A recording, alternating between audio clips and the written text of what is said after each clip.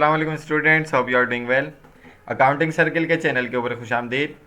Student, जैसा कि आपको मालूम है कि हमारा अकाउंटिंग फॉर इंस्टॉलमेंट सेल्स का चैप्टर चल रहा था और आज के लेक्चर के अंदर हम cost of installment sales, multiple collection, repossession, general journal, adjusting and closing entries के एक क्वेश्चन के ऊपर बात करेंगे।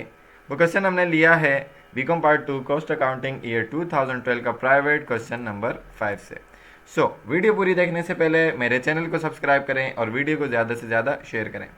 क्वेश्चन में आपको कह रहा है कि Sana company limited sell merchandise on instalment basis पर बेच रहे हैं। Transaction for the year ended इस साल दिसंबर 31 2011 के ईयर एंड में आपने जो ट्रांजैक्शन की वो आपको बता रहे हैं। मर्चेंडाइज इन्वेंट्री जो साल के शुरू में आपके पास थी वो 1,50,000 की मौजूद थी। आपने इस साल जो मर्चेंडाइज परचेज की वो 4 लाख की ऑन अकाउंट की हैं और मर्चेंडाइज 2 लाख की परचेज की हैं ऑन कैश। मर्चेंडाइज जो आपने इंस्टॉलमेंट बेसिस पर बेची हैं वो 8 लाख की बेची हैं। कलेक्टेड इंस्टॉलमेंट अकाउंट रिसीवेबल 2011 के अंदर जो आपने इंस्टॉलमेंट पर बेचा था उसमें से 3 लाख रुपए आप कलेक्ट कर चुके हैं। 2009 में जो बेचा था उसमें अब उसकी अब 50,000 की कलेक्शन हुई है और 2010 में जो बेचा था उसकी अब 1 लाख की कलेक्शन हुई है। आपने अपने क्रेडिटर्स को 2,50,000 की पेमेंट की है। 9 पार्ट में आपको कह रहे हैं इंस्टॉलमेंट अकाउंट रिसीवेबल था एक 2009 का, 2009 में किसी को बेचा होगा, उसकी अमाउंट थी 8,000 रुपये की, कैंसिल हो गई क्योंकि डिफ़ॉल्ट कर दिया, लेकिन मर्चेंडाइज रिपोजेस नहीं हो सकी, वापस नहीं ला सके तो लॉस हो गया। पेड द एक्सपेंस, आपने एक्सपेंस किया 25,000 रुपीज़ का पेड।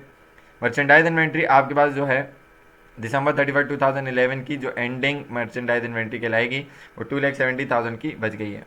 नोट में आपको कह रहे हैं कि ग्रॉस प्रॉफिट रेट जो अनरियलाइज ग्रॉस प्रॉफिट रेट होता है वो 2009 का 42% है और 2010 का 44% है। इसका मतलब अगर 2011 में हम काम कर रहे हैं तो उसका भी हमें निकालना पड़ेगा। रिकॉर्ड में कह रहे हैं record the above transaction, record करेंगे इन ट्रांजेक्शन को जनरल जर्नल में। Also give adjusting and closing entry December 31 2011। Assume करें कि कंपनी फॉलो कर रही है पीरियोडिक इन्वेंट्री सिस्टम को, परपीचुअल को नहीं कर रही है।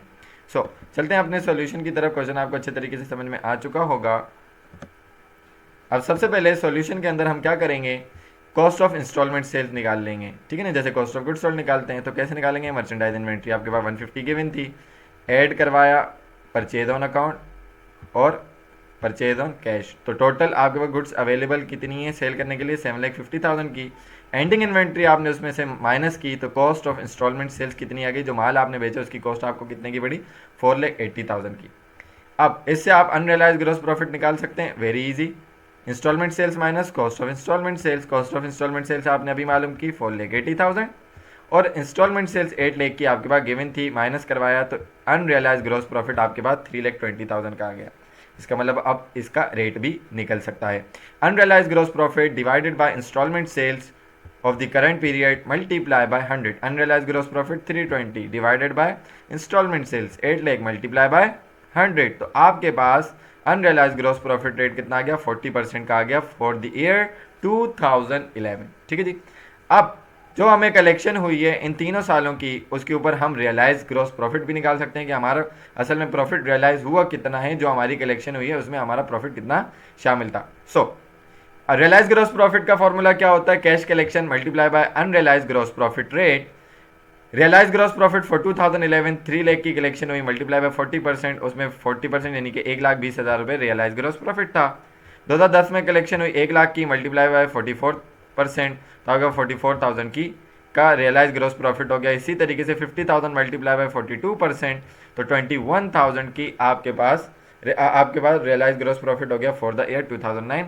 टोटल आपने इसको किया तो 1,85,000 का रियलाइज ग्रॉस प्रॉफिट आपके पास आ गया, ठीक है जी। तो ये आपकी बेसिक कैलकुलेशन थी। एक कैलकुलेशन आपकी लॉस ऑन डिफॉल्ट पर है। इंस्टॉलमेंट अकाउंट रिसीवेबल कैंसिल किया था 2009 का, कस्टमर से रिसीव करने थे 8,000 और उसका यानी कि 2009 का जो रेट था वो 42% था, 8,000 नहीं मिले तो उसके अंदर जो हमारे पास ग्रॉस प्रॉफिट था वो भी जाएगा, तो 8,000 का 42% लगा है 3,360, तो आपके पास लॉस आ गया 4,640। क्योंकि रिपोजेस नहीं हुई मर्चेंडाइज आ जाती तो मार्केट वैल्यू से कंपेयर करवा लेते। मार्केट वैल्यू अगर होती या गिवन होती या सेलिंग प्राइस वगैरह होती तो उससे फिर हम गेन और लॉस की मजीद कंप्यूटेशन करके आपको दिखाते, लेकिन यहाँ पर मर्चेंडाइज रिपोजेस नहीं हुई, 4,640 रुपये का आपको हो गया लॉस, ठीक है जी। अब हम एंट्रीज बनाएंगे तो जनरल एंट्रीज के अंदर सबसे पहले आपने परचेजेस की थी कैश पर और अकाउंट पेबल पर मर्चेंडाइज टोटल 6 लाख रुपए की। तो purchases debit, cash credit, account payable credit to record purchase goods on cash and on account. ठीक है जी। उसके बाद जो आपने कलेक्शन की, टोटल कलेक्शन 4,50,000 की थी, जिसमें 3 लाख की 2011 की instalment account receivable credit, instalment account receivable for 2010 credit 1 lakh से, instalment account receivable credit of 2009 by ₹50,000। तो आपके पास टोटल कैश कलेक्शन 450,000 की हुई है to record the cash collection from customer. आपने जो सेल्स की, इंस्टॉलमेंट्स अकाउंट रिसीवेबल डेबिट हो जाएगा और इंस्टॉलमेंट सेल्स क्रेडिट हो जाएगी by ₹8 lakh to record the goods sold on instalment basis. ठीक है जी। उसके बाद आपने अपने क्रेडिटर्स को 2,50,000 की पेमेंट की थी, तो कैश क्रेडिट हो जाएगा, लाइबिलिटी कम हो जाएगी to record the liability paid through bank आप लिख लें या कैश लिख लें, तो यहाँ पर आपके पास आ जाएगा बैंक। ठीक है जी। तो बहरहाल उसने पेड लिखा था, तो हम इसको बैंक कंसीडर कर लें या कैश कंसीडर कर लें, कोई इशू की बात नहीं है। उसके बाद फिफ्थ में आपको कह रहा है कि आपने एक्सपेंस पे किया था, तो एक्सपेंस पे किया, एक्सपेंस बढ़ गया, कैश कम हुआ, तो कैश क्रेडिट हो गया to record the accrued expense और पेमेंट ऑफ एक्सपेंसेस। ठीक है जी। यह आपके पास जनरल नॉर्मल एंट्रीज थी। उसके बाद आपके पास आ रही हैं एडजस्टिंग एंट्रीज। आप एडजस्ट करेंगे, इंस्टॉलमेंट सेल्स आपका क्रेडिट था, उसको क्लोज करके डेबिट पर ले आए, मर्चेंडाइज इन्वेंट्री एंडिंग को आप डेबिट में लेकर आए, परचेजेस क्लोज करेंगे, क्रेडिट हो जाएंगी, और मर्चेंडाइज इन्वेंट्री बिगिनिंग जो है वो क्लोज करके क्रेडिट किया और डिफरेंस निकाला, तो अनरियलाइज ग्रॉस प्रॉफिट आपके पास कितने का आ गया? 3,20,000 रुपीज़ का आ गया। ठीक है जी, 2011 के लिए, जो कि हमने निकाला भी था। अब उसके बाद जो ग्रॉस प्रॉफिट आपका कलेक्ट हो गया, रियलाइज हो गया, उसको भी आप क्या करेंगे? एडजस्ट करेंगे। 1,20,000 आपने कंप्यूट किया था 2011 का, 44,000 2010 का और 21,000 2009 का, total 185 realise gross profit credit हो जाएगा, अनरियलाइज ग्रॉस प्रॉफिट आपका डेबिट हो जाएगा। ठीक है जी, to adjust the realise gross profit.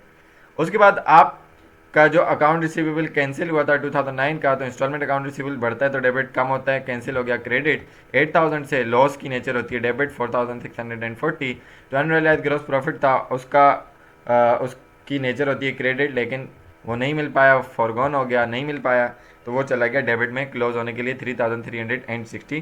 तो आपकी दोनों साइड की अमाउंट 8,000 से इक्वल होंगे टू एडजस्ट था। लॉस ऑन डिफॉल्ट होगा, ये भी नरेशन में थोड़ी सी मिस्टेक है। ठीक है जी। उसके बाद आपके पास लास्ट है क्लोजिंग एंट्रीज आप बनाएंगे। जब आप अपने एक्सपेंसेस को और इनकम्स को क्लोज करते हैं तो एक्सपेंस एंड रेवेन्यू समरी का अकाउंट यूज़ करते हैं। एक्सपेंसेस डेबिट होते हैं, क्रेडिट किया 25,000 से, लॉस डेबिट था, क्रेडिट किया 4,640, तो एक्सपेंस एंड रेवेन्यू समरी आपका डेबिट हो गया 29,640 रुपीज़ से to close the loss and various expenses. जो आपको इस साल ग्रॉस प्रॉफिट हुआ तो वो 185 का था, उसकी नेचर क्रेडिट थी, आपने अभी पीछे एडजस्टिंग एंट्रीज में देखा, उसको क्लोज करेंगे तो डेबिट हो जाएगा और एक्सपेंस एंड रेवेन्यू समरी बढ़कर क्रेडिट हो जाएगी। Expense and revenue summary debit हो रही है वहाँ पर और यहाँ पर क्रेडिट हो रही है, तो दोनों का डिफरेंस निकालेंगे तो आपके पास प्रॉफिट ज़्यादा है, तो रिटेन अर्निंग अकाउंट आपका इंक्रीज कर जाएगा और वो क्रेडिट साइड पर चला जाएगा। 185 जो प्रॉफिट था उसमें से एक्सपेंसेस 29,640 माइनस करवाएंगे, तो आपके पास आ जाएगा नेट बैलेंस 1,55,360 का, जो कि रिटेन अर्निंग अकाउंट में ट्रांसफ़र कर दिया जाएगा to close the expense and revenue summary account. ठीक है जी। सो आई होप कि ये क्वेश्चन और ये लेक्चर आपको अच्छे तरीके से समझ में आया होगा। अगर इसके अंदर कोई कन्फ्यूजन होती है, कोई ऐसी बात जो आपको समझ में नहीं आती, तो आप कमेंट सेक्शन में क्वेश्चन करके पूछ सकते हैं।